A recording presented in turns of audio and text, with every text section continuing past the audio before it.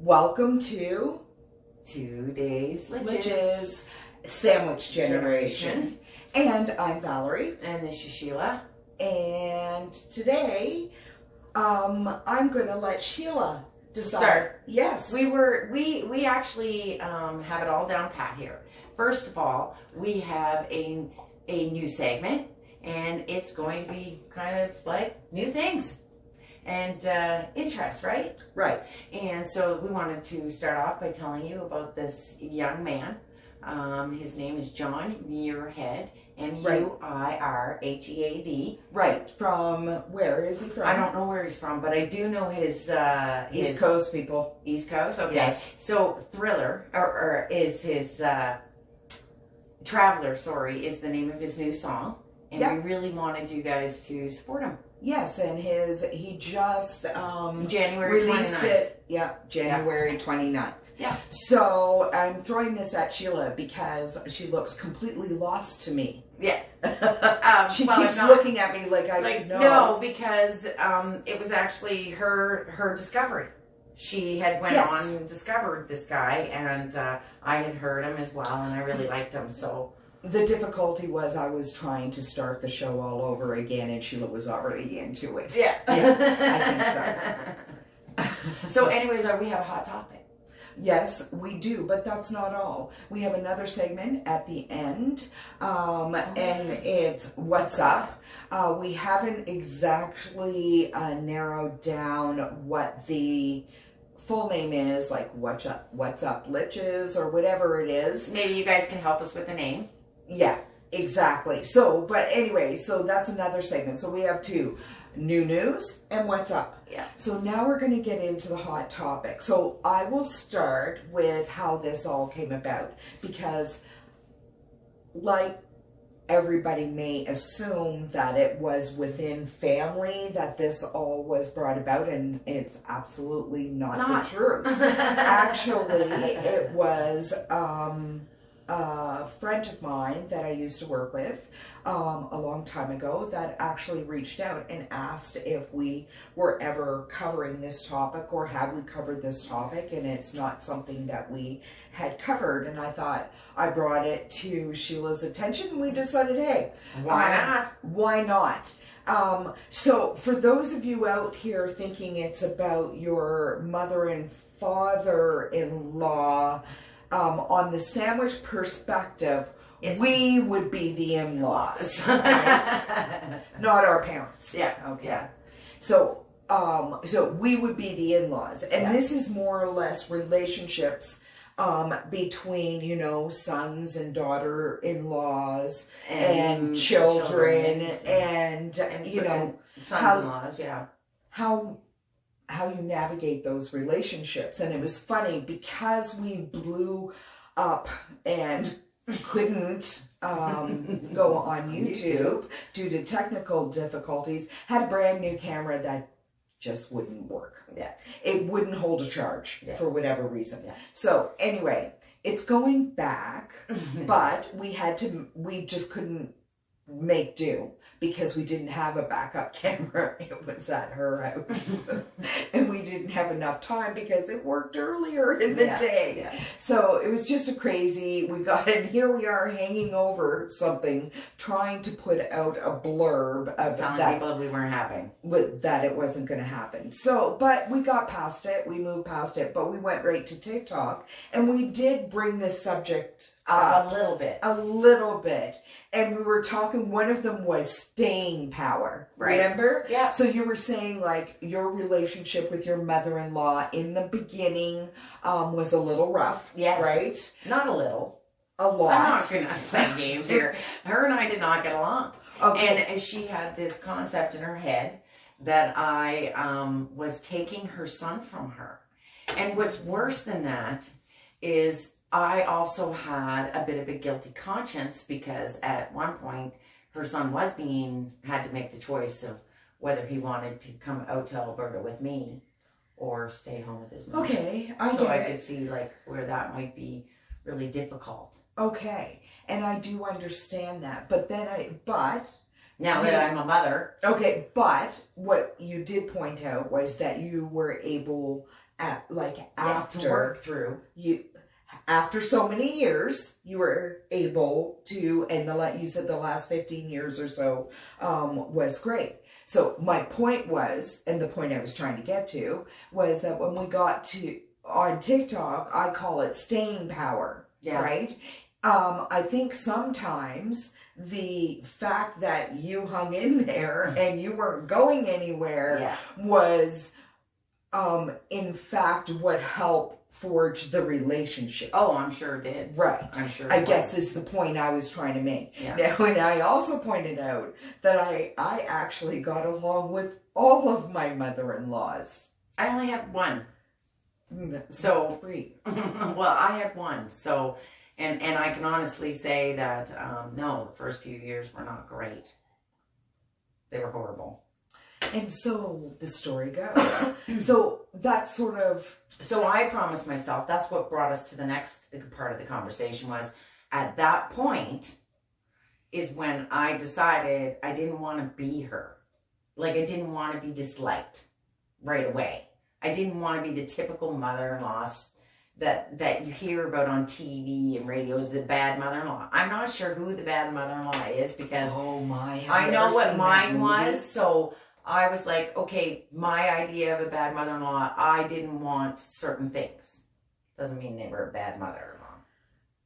Hi, Mom. Hey. Hi, Dad. So, Kathy. So in that sense, I can't say that. I can't say that, you know. Well, the thing is, the reality is, one, blood's thicker than water, people. Yeah. Okay. Please know that. But I think,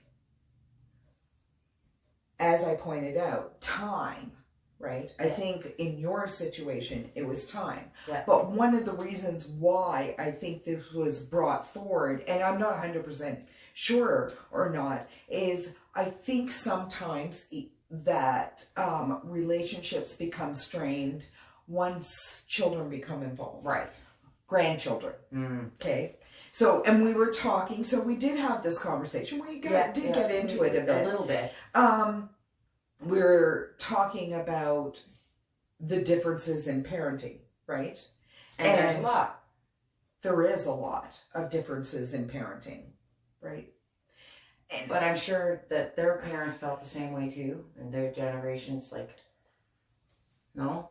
No, that's not what I'm saying. What I'm saying is that, one, I think I'd like to point out, as I pointed out in my blog about this, is that I'm not a registered, psychologist, right?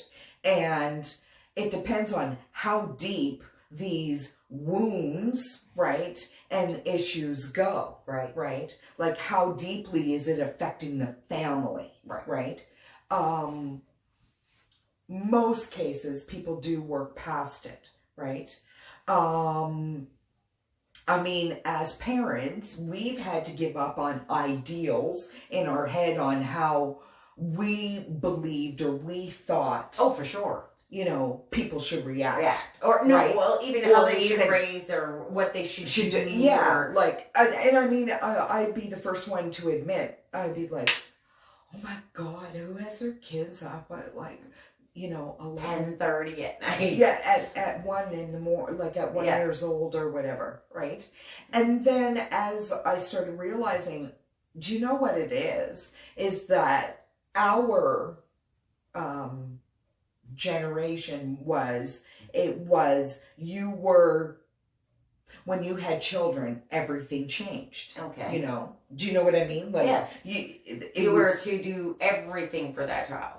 Right, but the thing was, there was a schedule, there was this, because that's how we were raised. Right. So, not that was a bad way to be raised. We're not saying that at all. We raised our kids, many of our kids, the same way. Yes. Yeah. So, that's not a problem either. We did. Yeah, we did. But I think the reality is that it goes from, there are generational perspectives in all of this. And it's the expectations, right? That's what it comes down to. Because let's just put it out there. It comes down to expectations. Right. Right. What are the expectations? Right. Yeah. And as a mother-in-law, are your expectations reasonable? And see, there's where we're in there. That's the issue or the problem.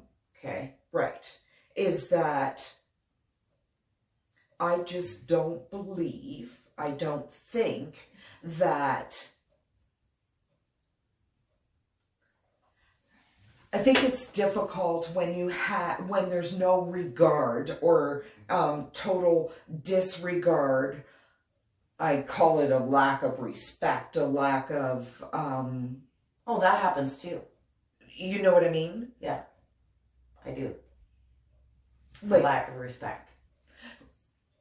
And then you find yourself questioning yourself, because is it a lack of respect, or are my expectations too much? See, and I guess that's what I'm saying. Yeah. Right? Well, I'm looking at it as an in-law. First of all, I'm looking at it as I'm a mother-in-law. Okay. Okay. So as a mother-in-law, honestly, because of my previous experience as a daughter-in-law, I decided I didn't want to be overbearing or certain things in relationships, and I wanted to learn how to keep my nose out of my children's relationships. But that sounds so easy. Easy until they involve you in it. Right. Okay. But that's one of the things I was going to say. See, kids often, they want the ear. And I only say this because I was one and I am one. I'm a kid. Still, to my parents, right? Exactly. So I'm saying kids, same thing.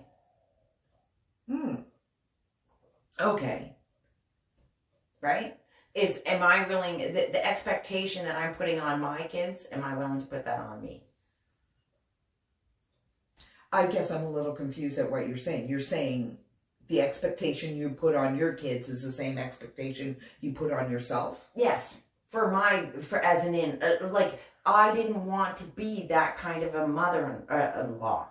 So I changed that by not being that kind of a mother-in-law. I didn't want to be that overbearing. I didn't want to be that yucky picture mother-in-law. You know what I mean? So I tried the opposite.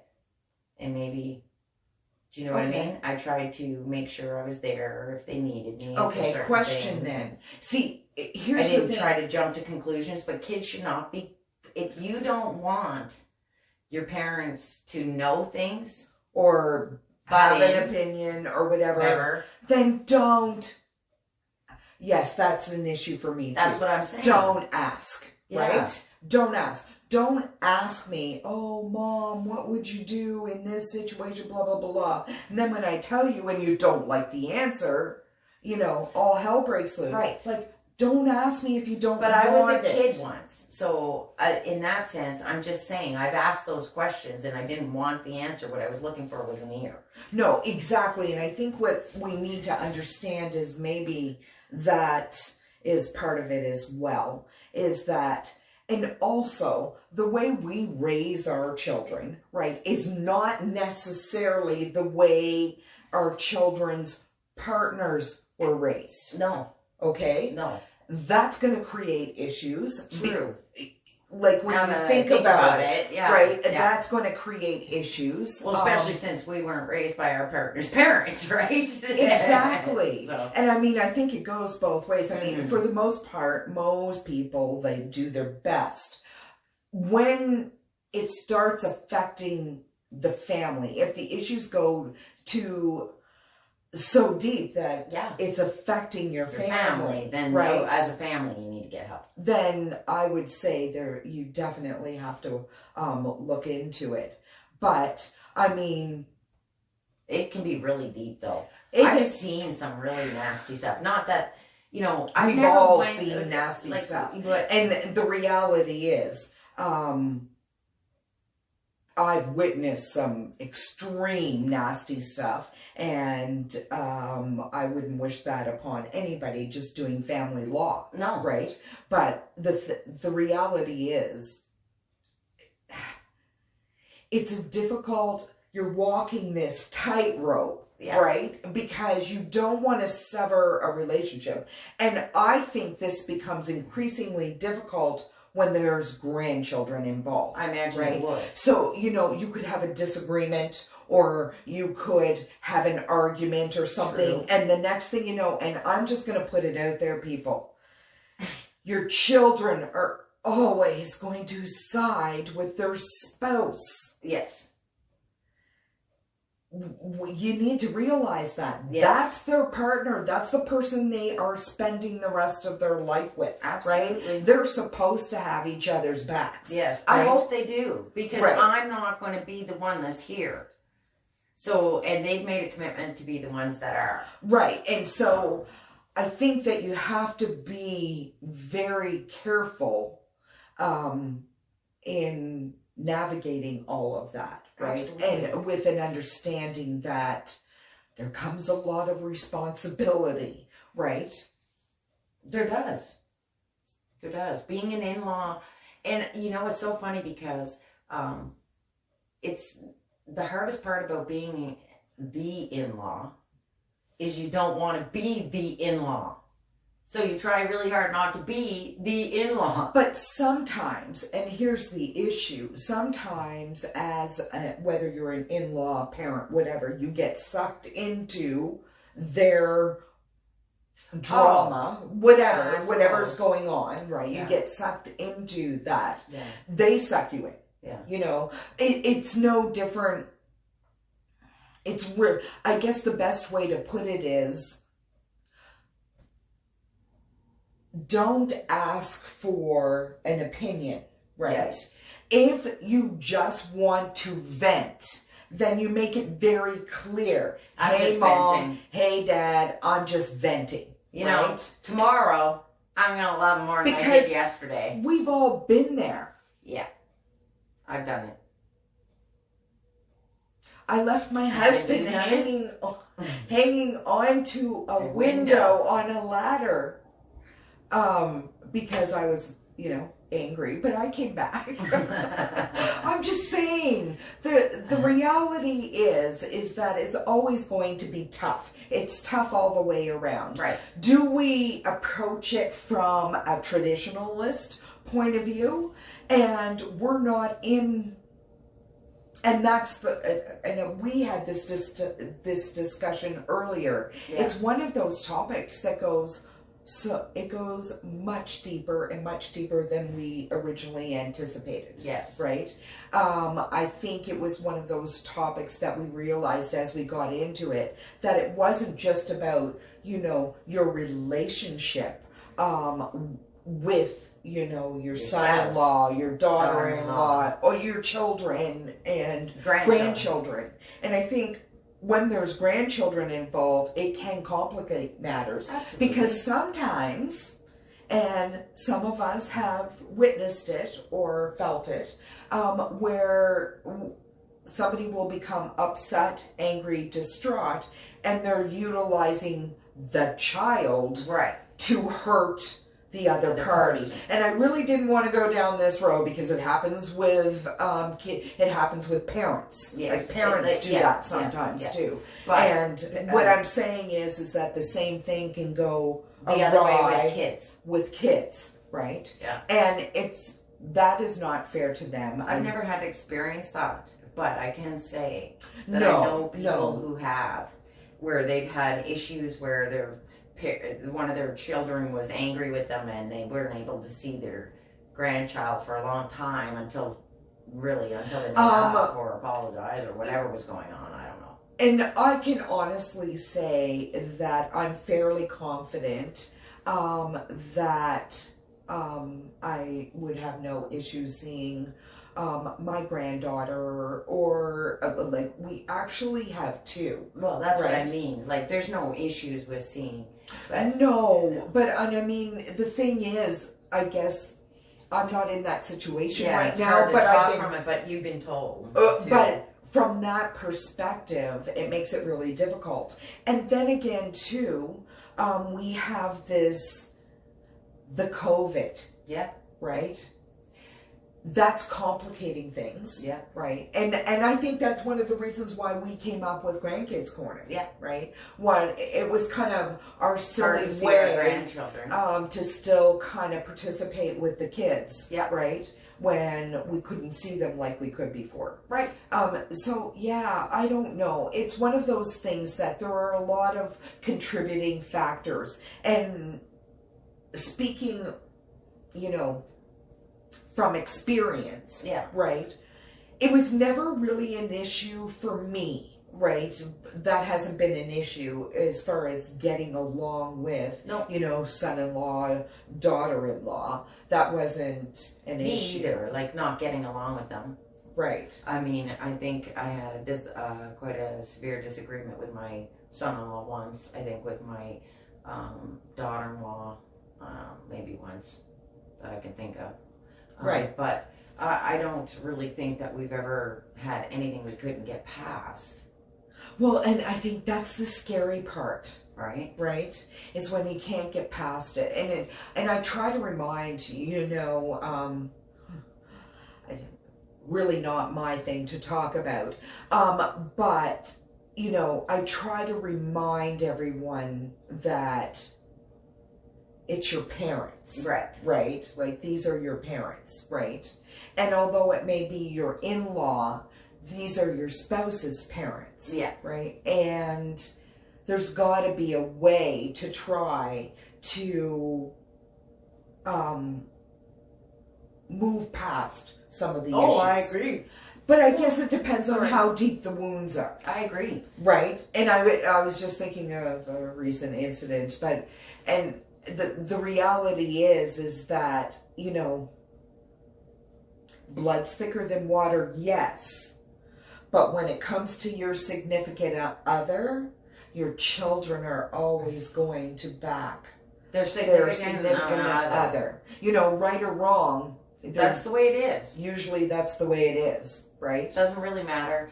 But I will say, raising kids, being a friend is not an answer. Being truthful is most important. Well, yes. It's yeah, but not that's about not being my kids to raise. No, and that's the whole point, I guess. I've raised my son. I've raised my daughter. Right. And to me, that I raised them to make the decisions for themselves as to who they marry or don't marry, or who they boyfriend or girlfriend or whatever. Yeah. You know what I mean? That's not for me to make. No, I guess the reality is that no, you try to stay out of, relational. You stay out of the relationship part of it. Right. But what's difficult is when you get sucked into that relationship part of it. Oh. Do you know what I'm saying? Yeah, I suppose. Not really. Explain it. Like, for sucked instance, in how? Oh, well, like when they call you on the phone? Phone is like, you know, just ripping. I'm mad because this person did this. This usually, and that. And yeah, that but as and you, that. I think because of our age, we know to just let that shit go. Okay. Yes. Yeah, like I can hear that now, and it wouldn't matter who I heard it from, either one, and I'm like, you know what? That's them venting. I know that. Okay, but not everybody gets that, is what I'm saying, Sheila. Yeah. What I'm saying is some of the issues are that. Yeah. Right? Yeah. Anyway, it must be time for somebody to go home. We just got the call. Yeah. I can't even look up at that anymore. You know why? Why? Because it's got the wrong time on it. I hit something when I put it up on the wall. Put the nice clock up on the wall. What else is new? So, anyway, getting back to, I digress, this in-laws and sons and daughter-in-laws and grandchildren. This is probably more than a 10-minute conversation could ever deal with, right?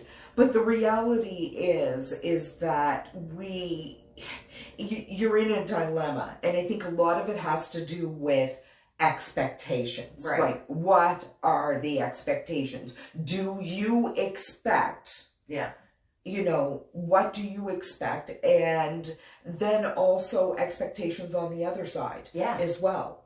And also noting that